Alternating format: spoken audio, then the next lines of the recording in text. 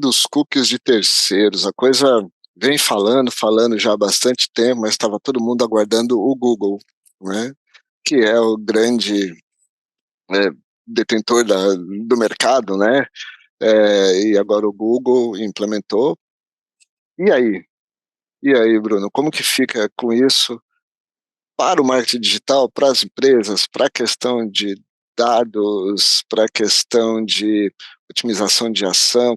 Como que você enxerga agora essa, essa revolução? Não, vamos falar de revolução, mas assim, o que o mercado vai ter que virar agora?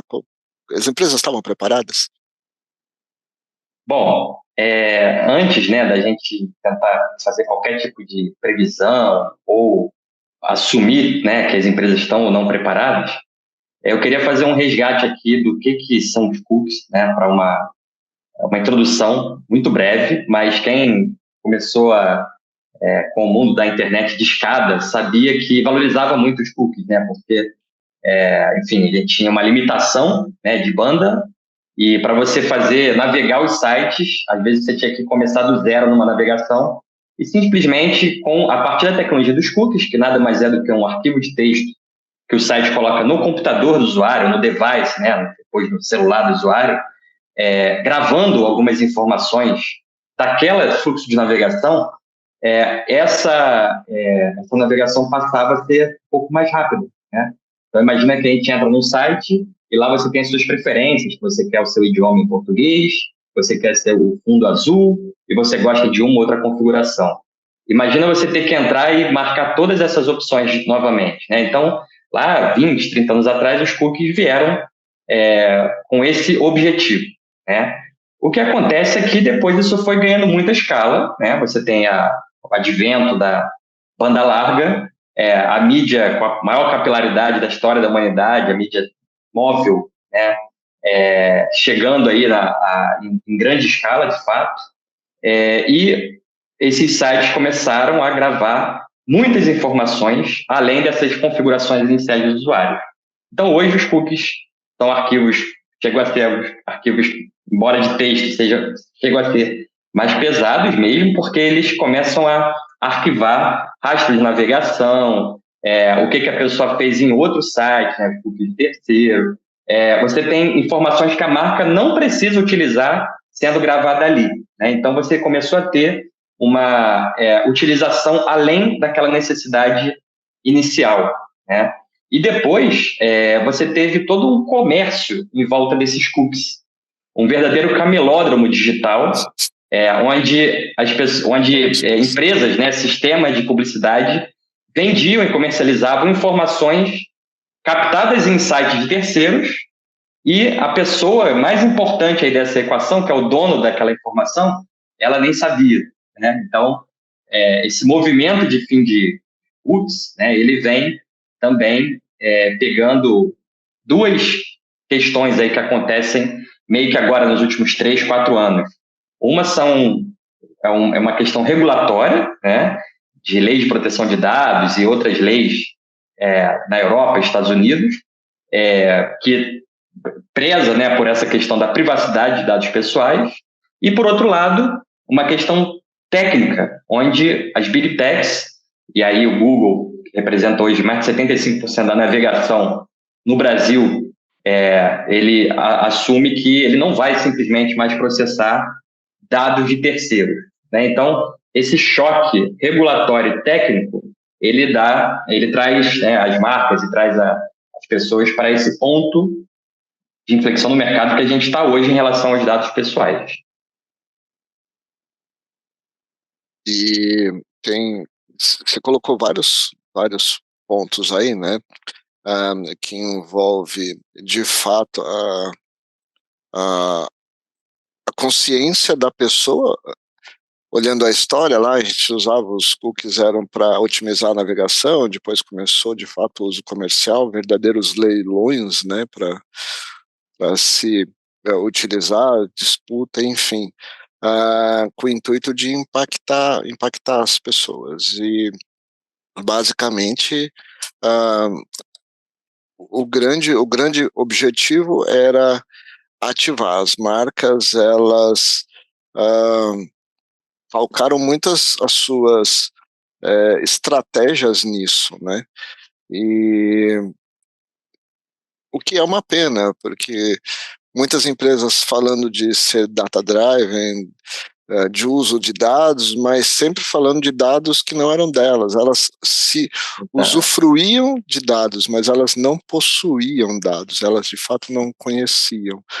Era basicamente, se a gente puder fazer um paralelo, por mais que seja todo esse ambiente tecnológico, digital e tudo mais, era quase como comprar mídia antigamente de um jornal, de um veículo que detinha a audiência e você não sabia mais quem era, ele dava ali um cheiro, são pessoas mais ou menos desse perfil, dessa faixa horária, que faz isso. É quase como comprar a mídia de antigamente, né? Esse era é assim que funcionavam os cookies, no final das contas. Sim, sim, você tinha esse período aí histórico onde você conseguia utilizar esses cookies e quanto mais cookies proprietários a empresa tinha, né, e sobretudo nessa época era muito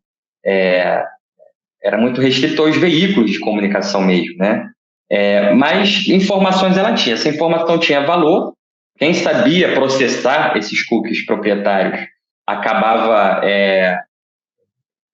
ganhando, né, de alguma forma, valorizando o seu inventário, né, e aí começou essa ampliação de um comércio muito grande, né, de cookies de terceiros, e o principal acho que não tem nenhum problema, enquanto combinado, haver um marketplace de dados.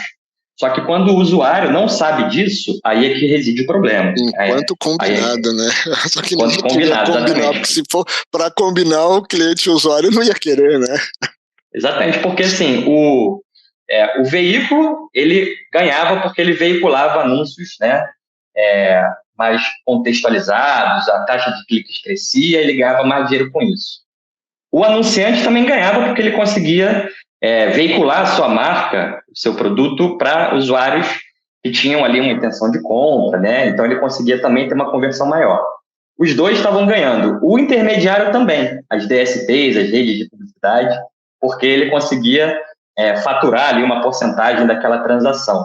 Agora, só quem estava fora desse comércio era a própria pessoa ali que estava lendo aquela informação, que teve o dado capturado e que ficou de fora desse comércio. Então, eu acho que começou a ter uma visão para, assim, vamos ajustar porque está muito bagunçado, né?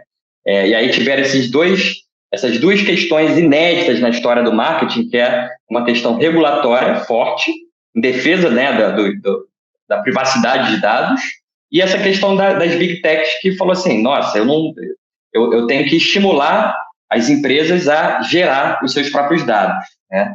É esse ponto que a gente está hoje. Você perguntou para mim como que fica agora, eu acho que isso aí já deveria ser já 10 anos atrás, mas por questão de maturidade do mercado não tinha como, mas o que vai ser necessário fazer agora, as marcas vão precisar criar suas lógicas, né, seus processos, seus fluxos, para capturar dados diretamente dos usuários. Dados de navegação nos seus sites, formulários e pesquisas e coisas, né, que os usuários vão ceder esses dados, e aí a partir disso, a partir dessa relação direta, ela vai ser bom para todo mundo, né, porque o usuário está cedendo um dado que a princípio é um dado valioso, de qualidade, porque é ele que está cedendo, não está sendo comprado de terceiros, e a marca ganha também quando tem um conhecimento mais profundo dessa audiência, desse público, seja um público mais quente ali, querendo comprar alguma coisa, ou um público ali que está só navegando, que está só prospectando algo dessa empresa.